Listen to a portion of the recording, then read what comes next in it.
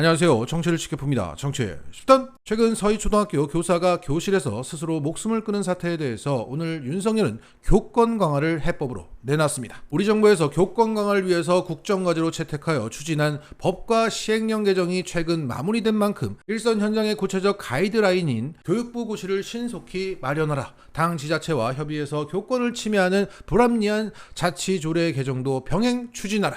자, 이러한 지시가 나오면서 이 서희초등학교 사태는 학생 인권 대 교권으로 갈라치기가 된 겁니다. 그러면서 진보 교육감들이 학생 인권만을 지나치게 강조해오다가 이 사태가 났다고 몰아가고 있습니다. 하지만 작년 9월과 12월 기사를 보면 조희연 서울시 교육감은 이번 서희초 사태를 방지하는 조례안을 미리 만들어서 추진했었습니다. 그러니까 교권 침해를 막기 위해서 학교 방문자들의, 그러니까 학부모의 출입을 교장이 제한할 수 있다는 내용의 조례안을 만들었는데, 당시 서울시 의회를 다수 차지하고 있었던 국힘당이 이 조례안을 상정조차 하지 않았던 사실이 확인된 겁니다. 그래서 당시 기사는 이렇게 말하고 있습니다. 이번 미상정으로 국민의힘이 다수 의석을 차지하고 있는 서울시 의회와 진보 성향의 조 교육감이 삼선을 하고 있는 서울시 교육청 간의 갈등이 본격화된 것이다.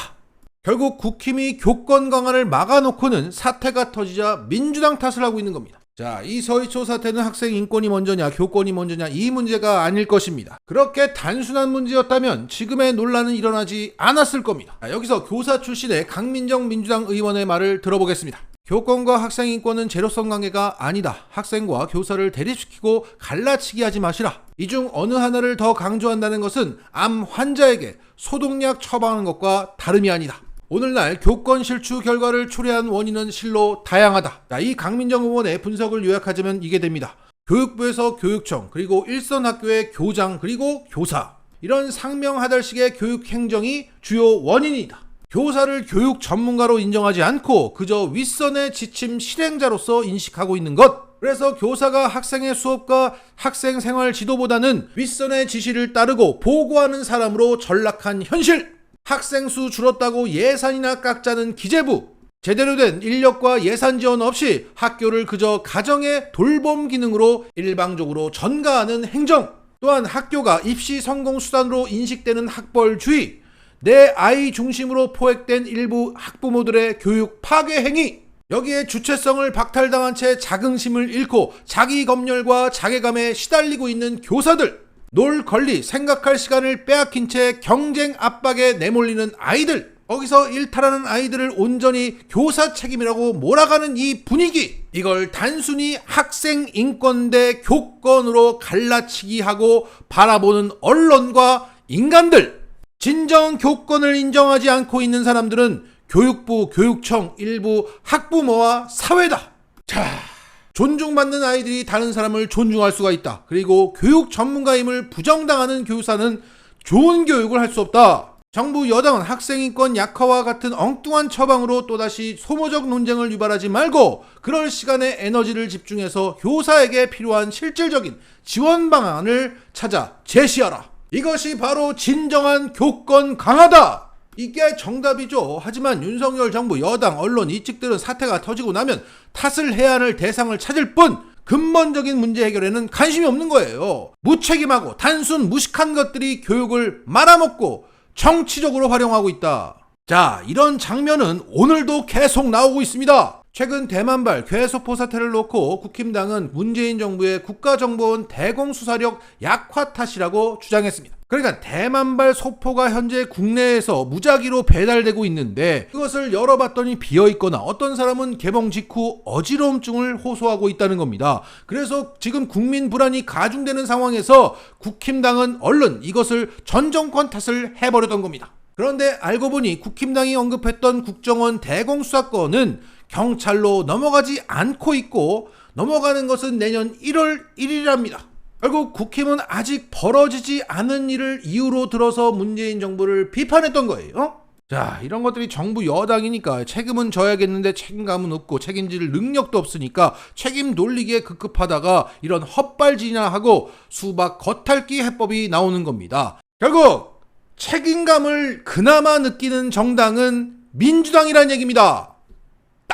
오늘 유시민 작가는 월요일 아침부터 수박을 깼습니다. 최근 민주당 송갑석 의원은 이런 발언을 했죠. 정당의 주인은 당원이 아니라 국민이다. 당원의 목소리가 중요하지만 국민의 목소리에 우선할 순 없다. 자, 이 송갑석의 헛소리가 나온 지가 꽤 됐는데 굳이 오늘 유시민 작가가 이런 칼럼을 올린 이유가 뭘까요? 지금 이 얘기가 필요하다는 겁니다. 지금이 어떤 지금입니까? 민주당 경선에서 후보 간 경쟁을 시키자, 수박을 단수공천하지 말자 라는 청원이 5만 명을 돌파하고 현 당규를 개정하자는 요구가 분출하고 있는 때입니다. 그래서 수박 의원들의 공통적인 생각인 이 송갑석의 오래된 발언을 끄집어 와서 오늘 까고 있는 겁니다. 결국 유시민 작가는 이 칼럼을 통해서 현 당규를 개정하자는 이 청원에 민주당은 응답하라고 힘을 보탠 겁니다. 그러면 오늘의 유시민 작가의 칼럼을 요약해 보겠습니다. 정당의 주인은 당원이 아니라 국민이라는 이 송갑석 의원의 말은 명백하게 틀렸다. 당 밖의 국민 여론을 살피고 존중해야 선거에서 좋은 결과를 얻을 수 있다는 말은 맞는데 정당의 주인은 국민이라는 것은 헛소리다. 헌법을 봐도 정당법을 봐도 정당의 주인은 자발적으로 참여하는 국민이다. 즉 당원이다.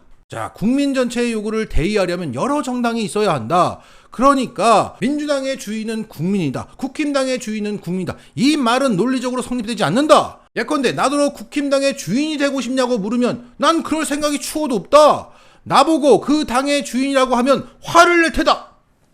정당은 선거에서 이기려고 노력한다. 선거에서 이기려면 국민의 지지를 받아야 한다. 정당의 주인은 당원이지만 정당의 성패를 좌우하는 것은 국민이라는 뜻이다. 정당은 국민과 잘 소통하고 교감할수록 선거에서 이길 가능성이 높다. 그런데 정당의 구성원 중에서 국민과 가장 가까이 있는 것은 당원이다. 그들은 자신의 일상 공간에서 다른 국민들과 다른 정당의 지지자들을 접촉한다. 정당 외부의 여론 지형 변화에 민감하게 느낀다. 따라서 이것을 신속하게 반영할수록 국민의 지지를 얻을 확률이 높아지는 것이다. 그런데 민주당의 대의원, 국회의원, 나아가 국회의장은 어떠냐? 대의원에서 지역위원장, 당 간부, 최고위원까지 당직이 높아질수록 당 밖의 시민들과 어울릴 기회가 줄어든다. 더군다나 국회의원들이 뽑은 원내대표나 국회의장은 일반 당원, 지지자, 국민들과 더 멀어진다. 결국 국민들과 더 많이 떨어진 사람들에게 더 많은 의사결정권을 주자고 하면서 민주당의 주인은 국민이라고 하는 것은 모순이다. 그저 그들의 선택적인 여론에 불과하다. 그러면서 민주당 일에 내가 간섭한다고 민주당과 나를 엮지 마라. 나는 민주당 당원이 아니다. 칼럼니스트로서 비평을 하는 것이다. 민주당 일을 논평할 때마다 이런 말을 내가 꼭 해야 한다는 것이 스스로 생각해도 민망하고 딱하다. 자, 좋습니다. 민주당 수박들의 모순을 잘 지적하셨습니다. 국민 중도층 여론이라며 가져와서 진정한 주인, 국민 여론의 스펀지, 당원을 평가절하하고 폄하하고 있는 수박들의 본질을 잘 드러내고 있습니다. 결국 그들이 만든 허상 위에 계속 해먹고 싶을 뿐인 거죠. 자, 이런 메시지의 내용 자체도 의미가 있지만 무엇보다 정치는 타이밍입니다. 이 타이밍에 다 알고 있는 얘기, 오래된 헛소리를 굳이 지금 가져온 유시민 작가의 의도를 우리가 살펴야 할 것입니다. 사실상 유시민 작가는 지금 막 청원 요건을 갖춘 이 당원들의 목소리에 민주당이 응답하라고 요구하는 것이고 경선 룰을 바꾸라고 외치고 있다. 그 행간에서 맞지?